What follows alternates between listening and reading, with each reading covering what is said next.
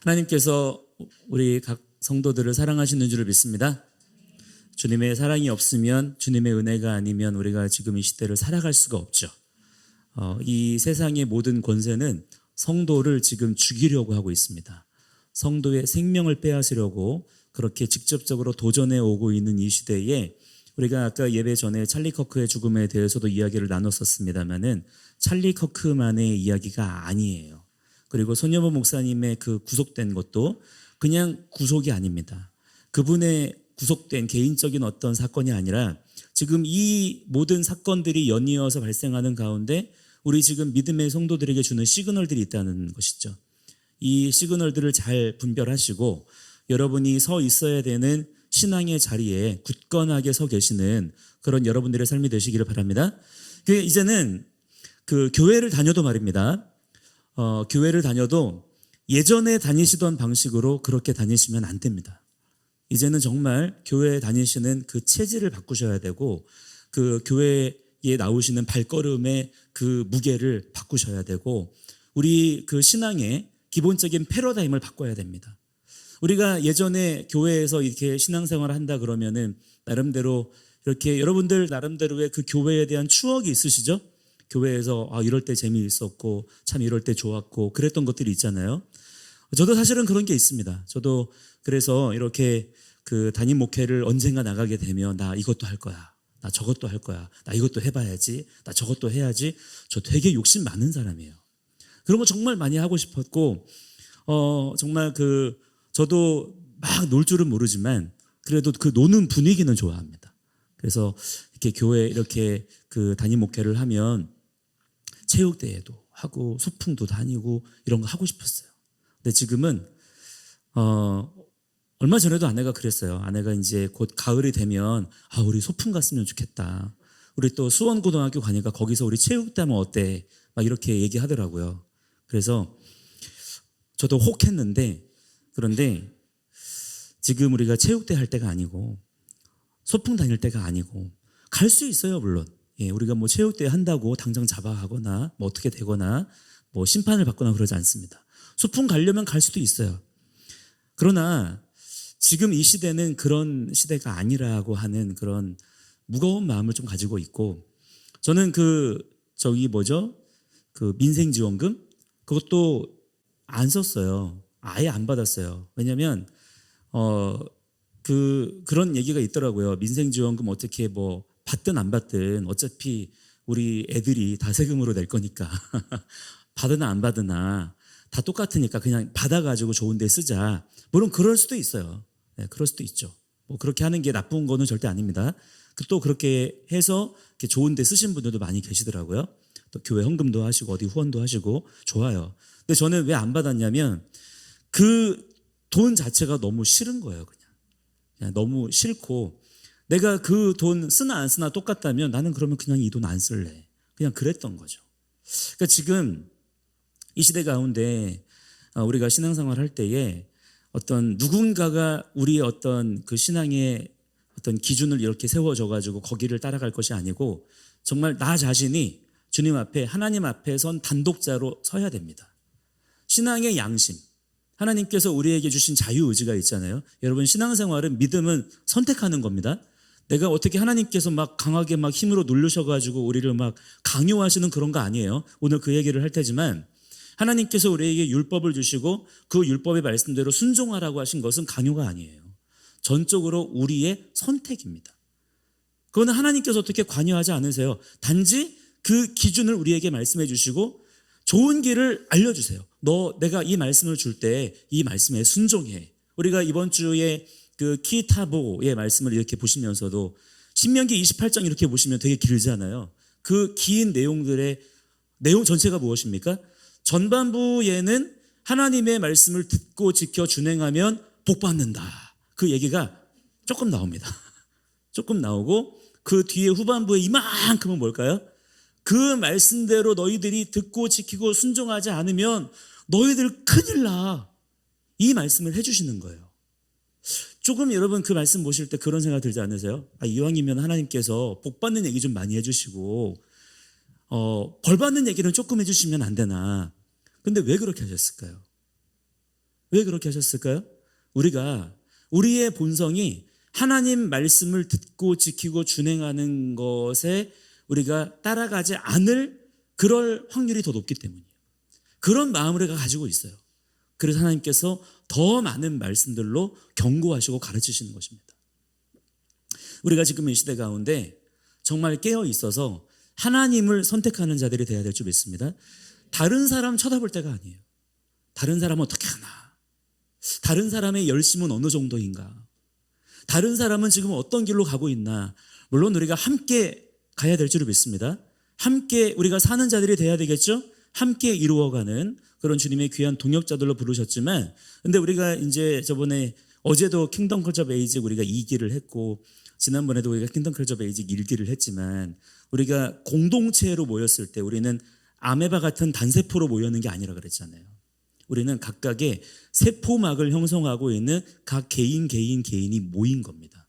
근데 그 개인이 모였을 때에 그 세포막이 여전히 있어서 우리가 분리되어 있어요. 나는 여전히 나예요. 그렇지만 그리스도 예수 안에서 우리는 한 몸으로 부름받아서 각각의 지체로서의 역할을 유기적으로 감당할 수 있게 되는 것입니다. 그 몸이 건강하려면 각각의 세포가 각각의 세포로서의 역할을 성실하게 감당을 해야 돼요. 그냥 이 세포가 나는 뭐 하나가 되겠다고 하면서 내 세포막을 분리시켜버리고 옆에 있는 세포하고 하나가 되고, 그럼 우리는 아메바가 되어버립니다. 우리는 단세포 생물이 되어버려요. 하나님께서 원하시는 교회의 모습은 그런 게 아니라고 하는 것이죠. 그래서 제가 지금 설교하기 전에 서설이 좀 있는데 저보고 말 좀 줄이라 그러던데 애들이. 근데 저는 이 얘기를 좀 하고 싶어서 그래요. 지금 이 시대에 우리 각자 성도들이 주님 앞에 단독자로 서는 자들이 꼭 돼야 됩니다. 여러분 자신이 예배자가 되셔야 돼요. 그래서 물론 그런 일은 없겠지만 우리 교회가 완전히 다 어느 순간에 그런 일은 없어요. 그렇지만 산산조각이 나고 다 신앙을 막 배교하고 막 배도하고 막 그랬어요. 그렇다고 쳐요. 그냥 그런 일은 없어요. 없을 거죠? 없으실 거죠, 그죠? 그럴 건데, 그런데 만에 하나, 정말 억에 하나 그런 일이 있는데, 그렇다 할지라도 나는 주님 앞에 서서 한 사람의 예배자가 돼야 되겠다. 이런 결심이 없으면, 저는 이번에 그 찰리 커크가 죽는 그 장면을 이렇게 보면서 너무 충격받았어요. 너무 충격이었어요. 그냥 한 사람이 죽는 그 장면이야 뭐 사람 죽는 거야 뭐 영화에서도 보고 어디서도 보고 뭐 전쟁도 일어나고 막 그랬잖아요. 또 이번에 뭐 네팔에서 폭동 일어나가지고 네팔 내무부 장관이 막 돌에 맞아 죽는 영상도 막 돌고 하더라고요. 근데 그 사람이 죽는 거하고 그 사람은 정말 빨개 벗겨져가지고 돌에 맞아 죽었거든요. 그 장면보다 찰리 커크의 그 죽음이 훨씬 더 저한테는 너무나 충격적이었어요. 지금 이 시대 가운데 우리 크리스천들이 우리의 삶의 자리를 견고하게 서는 자들이 되어야 될 줄 믿습니다. 정말 이 시대적인 압박감을 굉장히 많이 받게 되는 것 같아요. 자, 이제 서설 끝. 중요한 건 뭐냐면 그래서 이어집니다, 결국에. 오늘 출애굽기를 봤잖아요. 이 출애굽기 21장은 이제 출애굽기가 40장까지 돼 있잖아요. 그래서 20장까지의 내용이 끝나고 새로운 이제 절반의 후반부가 딱 시작이 되는 그 내용들인데, 초반부의 출애굽기 말씀을 보시면 어떻습니까? 굉장히 재밌죠. 굉장히 드라마틱하고 박진감 넘치는 그런 이야기 중심의 내용으로 이렇게 구성이 되어 있지만, 이제 20장으로 들어와서 20장이 넘어가면서부터는 뭐가 나오냐면 굉장히 재미가 없어집니다. 여러 어떤 법규들, 막 규례들, 특별히 뭐가 나오냐면 성막을 짓는 여러 가지 방법들에 대한 아주 세부적인 말씀들이 막 나오세요. 그래서 이전까지는 굉장히 막 스펙터클하고 역동적이고 막 드라마틱한 그런 장면들이 쭉 펼쳐져 왔다면, 이제부터는 굉장히 뭐랄까요, 정적이고 딱딱하고 지루하게 느껴질 만한 그런 내용들이 주를 이루는 것을 볼 수 있는 것이죠. 그러나 우리가 그 내용을 자세히 우리가 정신을 차리고 가만히 들여다보시면 절대로 이 말씀들이 지루하고 딱딱한 내용이 아니라는 것을 알 수가 있습니다. 이거를 금방 알아차릴 수가 있어요. 왜냐하면 20장부터 계속 전개되어지고 있는 이 말씀들은 그냥 옳은 소리, 어떤 교훈들, 가르침의 내용들이 아니라 실제 우리 삶에 대한 지침들이기 때문이에요. 앞으로 우리가 구원받은 하나님의 백성으로서 그렇다면 우리가 이제부터는 어떻게 살아야 될 것이냐. 이렇게 살면 하나님의 복을 받을 것이지만 저렇게 살면 반드시 죽을 것이다 라고 하는 아주 중요한 삶의 규범들이 주어지는 것이기 때문에 오히려 더욱 우리가 이제부터는 긴장감을 가지고 주의를 기울이면서 이 말씀들에 집중하는 자들이 되어야 되는 것입니다. 제가 목회를 하면서 보게 된 건데요. 많은 분들이, 교회를 다니는 많은 분들이 어떤 오해가 있냐면 율법에 대한 오해가 있어요. 율법에 대해서 율법이라는 말만 들어도 경기를 막 해요. 이러한 하나님의 구체적인 율례와 규례와 여러 법도들에 대해서 잘못된 이해를 가지고 계신 분들을 제가 보았습니다. 그게 어떤 거냐면 이런 거예요. 지금의 우리가 살고 있는 이 시대는 신약 시대인데 이 신약 시대는 은혜 시대야. 성령 시대이기 때문에 더 이상 그런 옛날의 어떤 율법들, 율례들, 규례들, 법규들 이제는 필요 없어. 이제는 다 그런 거 의미 없는 거야. 이제는 그냥 은혜야. 이제는 그냥 성령 충만이야. 율법 그건 악한 거야. 이렇게까지 말하는 분들도 있더라고요. 이 하나님의 명령들을 우리 인생에 있어서 뭐라고 생각하는 거냐면 이거는 굴레야. 우리의 인생을 올가매는 족쇄 같은 거야. 올무야. 이렇게 생각하면서 예수님께서 우리에게 이것들로부터 우리를 자유케 해주신 거야. 이렇게 생각하는 분들이 있는 거예요. 자, 그러나 여러분 잘 생각해 보세요. 예수님께서 우리를 자유케 하셨죠.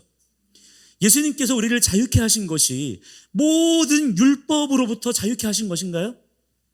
이제는 우리가 구원받았기 때문에 하나님 말씀대로 순종하는 거 이제 그렇게 안 해도 돼요? 그렇지 않습니다. 예수님은 우리를 어디에서 자유케 하셨어요? 모든 죄와 사망의 권세로부터 자유케 하신 거예요.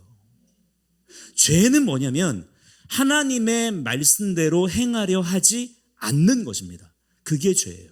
하나님 말씀을 떠나는 거예요. 그게 죄인 것입니다. 사망은 뭐냐면 그렇게 하나님 말씀에 불순종한 결과로 맞이하게 되는 것이 사망이에요. 그러므로 이것들로부터 우리를 자유케 하셨다는 것은 바로 뭐예요? 바꿔 말하자면 이제부터는 우리의 삶이 구원받았기 때문에 어떻게 되어야 된다는 것입니까? 율법 아무런 의미 없어? 이제는 율례, 규례, 법도 우리에게 아무 상관이 없는 거야? 그게 아니고 어떻게 해야 된다는 것입니까? 오히려 하나님의 말씀으로 돌아가야 된다는 것을 말하는 거예요. 하나님의 말씀을 더 지켜야 된다는 것입니다. 그 의무감, 책임감이 더 우리에게 부여되는 거예요. 오히려 예수님 때문에 우리가 예수 그리스도 안에서 구원을 받았기 때문에 이제 뭐가 더 중요해졌어요? 구약의 말씀들이 직접적으로 더 중요해진 것입니다. 구약의 율법들, 규례들, 법규들이 예전에는 우리와 상관이 없었어요. 우리와 상관없는 거예요. 이스라엘 백성들에게 주신 것이기 때문에. 그러나 예수 그리스도 안에서 우리가 이스라엘로 접붙여졌어요. 그와 동시에 그 모든 말씀들이 우리에게도 동일하게 주어졌습니다. 이것이 성령 안에서 더욱 분명해지고 중요해졌다는 것을 말하는 거예요. 그래서 우리가 예수 믿고 나서 이제부터 더 힘을 막 쏟아야 되는 일이 무엇이냐? 그냥만 기도만 하고 막 찬양만 부르고 그게 아니고 뭐 해야 되겠습니까? 성경을 읽고 성경을 연구하는 일인 거예요. 이걸 지식 노름이라고 생각하면 안 됩니다. 성경은 단순히 종교적인 지식이나 교훈이 아니라 살아계신 하나님께서 직접 그의 백성들에게 기록하여서 주신 그분의 말씀이에요. 살아있는 말씀이에요.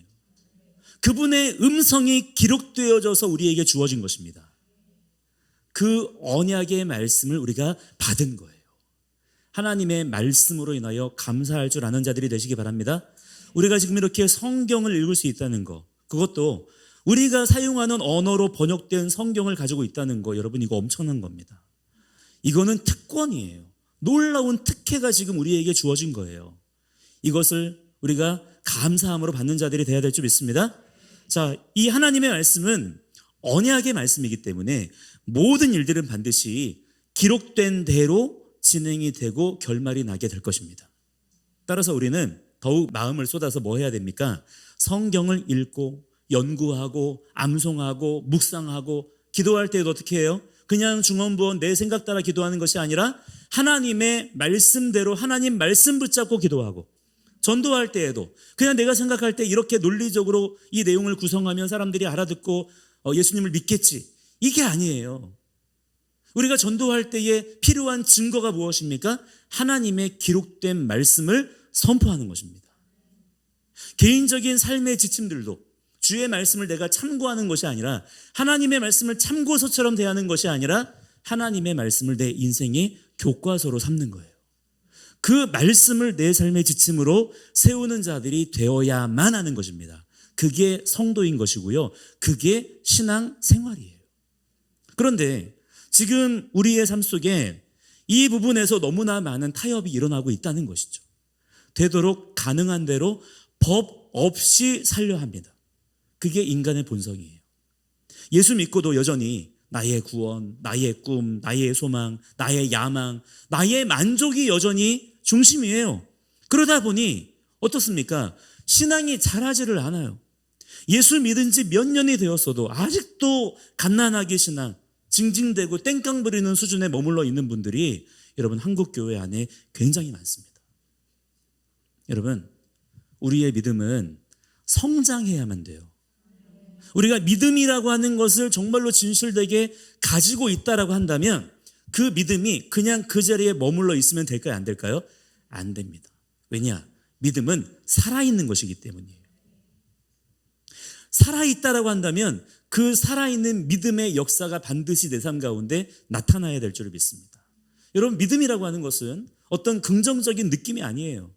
어떤 내적 확신이 아닌 것입니다. 내 어떤 일어나는 생각이 아닌 거예요. 믿음은 능력인 줄을 믿으시기 바랍니다. 따라서 우리 안에 진정한 믿음이 주어져 있다라고 한다면 그 믿음의 살아있는 능력 때문에 내 삶에 반드시 뭐가 나타나요? 변화와 역사가 경험이 되어져야 된다라고 하는 거예요. 이거를 지표로 삼으셔야 돼요. 우리의 믿음은 감출 수가 있는 것입니까? 없는 것입니까? 그 사람 안에 믿음이 있다라고 한다면 믿음은 반드시 드러나는 것입니다. 보여져야 되는 거예요. 그러면 어떻게 그것을 드러낼 수가 있는 것이냐? 그것을 위해서, 우리의 믿음이 우리의 삶을 통해서 드러나도록 하시기 위해서 하나님께서 구체적으로 아주 자세하게 우리에게 말씀을 가르쳐 주시는 거예요. 이 말씀대로 너의 삶을 그렇게 살으라고. 그럴 때 우리의 믿음이 드러나게 되는 것입니다. 주의 말씀은 내 발의 등불이요. 할렐루야. 내 길에 뭐예요? 빛이다 그랬습니다. 믿으십니까? 그 등불 따라 오늘 오셨죠? 그 등불 따라 지금 살아가고 계시죠? 말씀이 내 삶에 들어오면 그 말씀의 빛이 내 삶의 어둠을 몰아내는 것입니다. 그동안 보이지 않던 것들이 그 말씀의 빛 때문에 이제는 보이기 시작하는 거예요. 그래서 어두움이 물러가면 어떤 일이 경험되어집니까? 두려움이 떠나갑니다. 모든 일을 할 때에 담대함과 확신함으로. 왜 그래요? 보이니까. 그 빛을 의지하여 담대함으로 걸어가는 것이죠. 물론 우리가 다 연약해요. 부족함이 있습니다. 그래서 어쩔 수 없이 얽매가는 그런 것들이 다 있기 때문에 잠깐은 두려울 수가 있어요. 그죠? 잠깐은 넘어질 수가 있어요. 그러나 그 가운데서라도 주의 말씀을 여전히 붙잡고 있는 자는 반드시 다시 일어날 수가 있는 것입니다. 다시 걸어갈 수 있는 거예요. 그것이 말씀의 능력인 것이고 믿음의 능력인 것입니다. 따라서 우리는 주의 이 말씀을, 그 기록된 진리의 말씀을 이 시대 가운데 절대로 놓치면 안 될 줄을 믿습니다. 내 생각, 내 아이디어가 아니라 그러한 내 고집이 있잖아요. 내 고집을 찾아내서 버려야 돼요. 우리 안에 하나님의 말씀에 대한 분명한 지식이 있어야 될 줄을 믿습니다. 이거를 더 가지려고 욕심을 좀 내세요. 내 안에 하나님 말씀에 대한 지식이 더 있기를 원한다. 그러한 갈망이 우리 가운데 있어야 될 줄을 믿습니다. 성령께서 깨닫게 하시는 말씀에 대한 이해가 날로 더욱 충만하게 내 안에 채워져야 된다라고 하는 거예요. 자, 오늘 말씀에 1절에 보시면 이렇게 말씀합니다. 1절 말씀에 내가 백성 앞에 세울 법규는 이러하니라. 아주 중요한 말씀이에요. 하나님께서 모세를 통하여서 이스라엘 백성들에게 뭐를 주세요? 법규를 주시겠다는 거예요. 그런데 특별히 누구에게 주신다는 것입니까? 아무에게나가 아니에요. 백성에게 주시겠다고 말씀하셨어요. 즉 다시 말하면 법규는 누구에게 주시는 것이냐? 백성이 누구예요? 그냥 백성이 아니라 구원받아서 하나님의 백성이 이미 된 자들에게 주시는 거라는 거예요. 그들에게 필요한 것이 법규라는 것입니다. 따라서 이 율법, 법규라고 하는 것이 구원의 조건입니까? 아닙니까? 구원의 조건은 아니에요. 자, 여러분, 분명히 해야 됩니다. 먼저 구원은 어떻게 받아요? 오직 하나님의 전적 은혜와 전적 주권으로만 받는 것입니다. 이거는 여러분 분명히 알고 계셔야 돼요. 이스라엘 백성이 출애굽할 때에 그들이 한 일이 있었어요? 없었어요? 아무것도 없었어요. 그냥 하나님의 일하시는 것들을 보는 것 외에는 아무것도 자기들이 할 일이 없었습니다. 그저 그들은 하나님께서 하신 일들을 쳐다보는 게 전부였어요. 그러나 그게 끝이었다는 거예요? 그게 그들이 그렇게 구원받았으니까 이제 끝입니까? 이제부터가 그들에게는 중요하다는 거예요.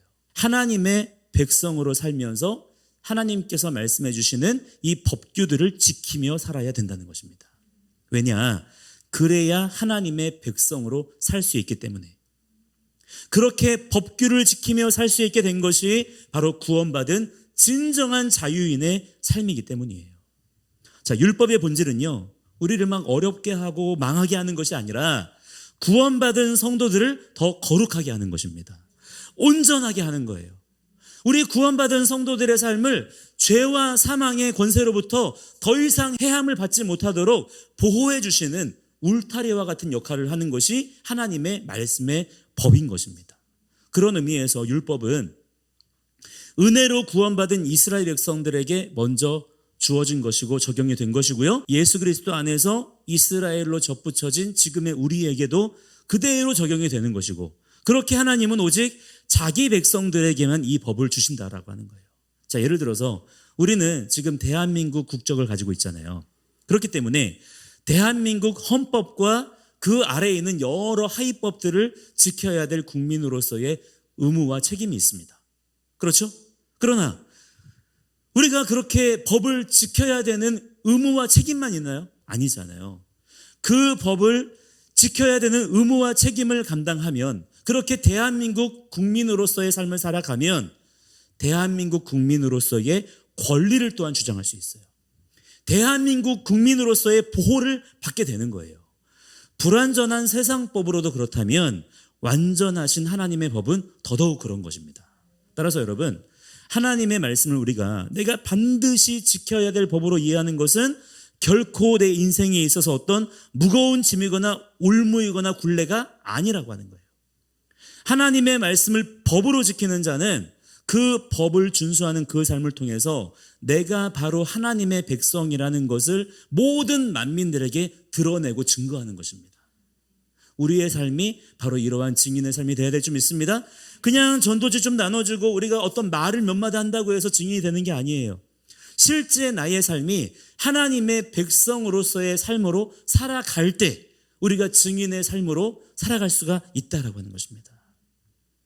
그래서 오늘 본문 2절부터 나오는 말씀들을 보시면은 이 내용들이 뭐냐면 안식년에 대한 규례들이에요. 종들에게 자유를 주라는 것입니다. 2절에 보시면 네가 히브리 종을 사면 그는 6해 동안 섬길 것이요 7째 해에는 몸값을 물지 않고 나가 자유인이 될 것이다, 이렇게 말씀합니다. 자, 여기 나오는 7째 해라고 하는 것이 뭐냐면 바로 슈미타라고 하는 안식년을 의미하는 거예요. 그리고 그에 대한 자세한 규범들이 주어지고 있는 것을 볼 수가 있는 것이죠. 즉 여러분 보시면 무엇입니까? 율법의 가장 중요한 기능이 뭐라는 거예요? 우리에게 자유를 선포하시는 거예요. 올가매는 게 아니에요. 우리를 억압하는 게 아닌 것입니다. 그 율법의 선포, 율법의 선언을 통해서, 율법에 순종하는 것을 통해서 우리에게 어떤 일이 벌어진다는 거예요? 자유가 주어진다는 거예요. 묶여있던 데에서 우리가 풀어나게 된다는 것입니다. 모든 착고가 풀어지게 된다는 거예요.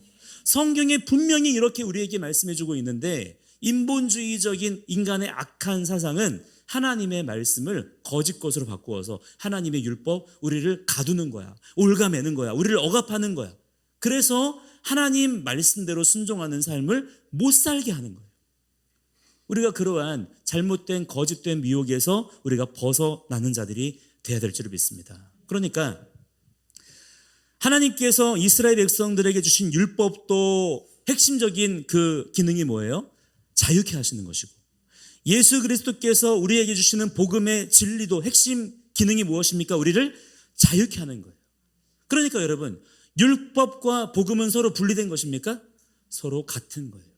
단, 그 당시에 이스라엘 백성들에게 주어졌던 그 율법은 자유케 하는 것이지만 제한된 자유예요. 이렇게 노예에서 종된 것에서 자유케 되었지만 그 사람의 또 죄와 여러 가지 죄악된 그런 상황들 가운데에서 이 사람이 또 언젠가 또 다시 종이 될 수가 있어요.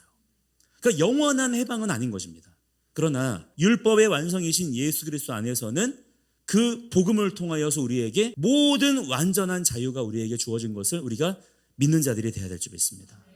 그러니까 여러분, 결론적으로 무엇을 말씀드리고 싶냐면, 우리가 신앙생활을 할 때에 우리의 신앙생활이 막연하게 우리의 어떤 느낌 따라가면 된다 안 된다? 안 된다는 것입니다. 어떤 느낌 따라, 어떤 감정 따라, 사람들의 어떤 분위기에 따라서, 조명 따라서 그렇게 우리의 신앙이 흘러가면 위험하다는 거예요. 하나님께서 우리에게 하나님의 기록된 말씀을 통하여서 우리가 어떠한 구원받은 자로서의 삶을 살아가야 되는지에 대한 모든 기준을 다 주셨습니다. 그 말씀대로 걷는 그런 여러분들의 삶이 되어야 될 줄 믿습니다. 그래서 신앙생활이란 무엇입니까? 한번 따라해 보겠습니다. 하나님 말씀하신 대로, 하나님 명령하신 대로 순종하는 것이다. 그게 신앙생활입니다. 여기에서 중요한 표현이 무엇일까요? 대로예요. 대로. 대로가 중요한 거예요. 하나님 말씀하신 대로. 가감이 있어요, 없어요? 없는 것입니다. 하나님 명령하신 대로. 가감이 없는 것입니다. 이거 되게 어렵습니다. 인간의 자연적인 본성으로는 이 대로라고 하는 것이 될까요, 안 될까요? 안 됩니다. 사람은 교만하기 때문이에요. 그래서 나를 쳐서 복종시키는 가운데 내 안에 오신 성령님의 주권을 우리가 부지런히 인정하는 자들이 되어야 될 줄 믿습니다.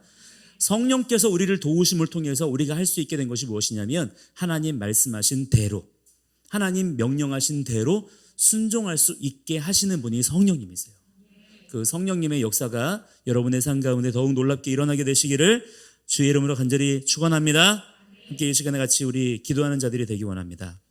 가장 중요한 우리의 기도 제목은 그래서 무엇이냐면 하나님의 말씀을 더욱 붙드는 자들이 되어야 될 줄을 믿습니다. 지금 우리의 그 현대 기독교의 이 패러다임 속에 너무나 많은 2차 가공 컨텐츠들이 많이 들어와 있어요. 그러니까 하나님의 이 기록된 말씀이 아니어도 얼마든지 신앙생활에 굴러갈 수가 있는 거죠. 뭐 여러 가지 뭐 찬양 뭐 곡들도 많이 있고요.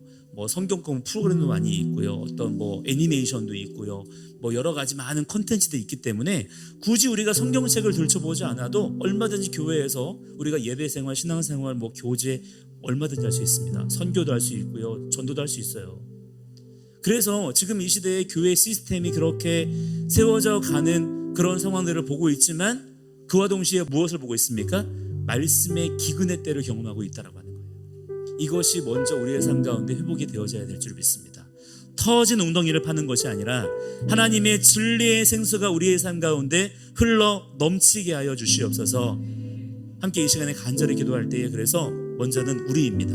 우리 자신이 하나님 앞에 서 있는 단독자로서 하나님의 말씀을 붙잡는 자가 되게 하여 주시옵소서.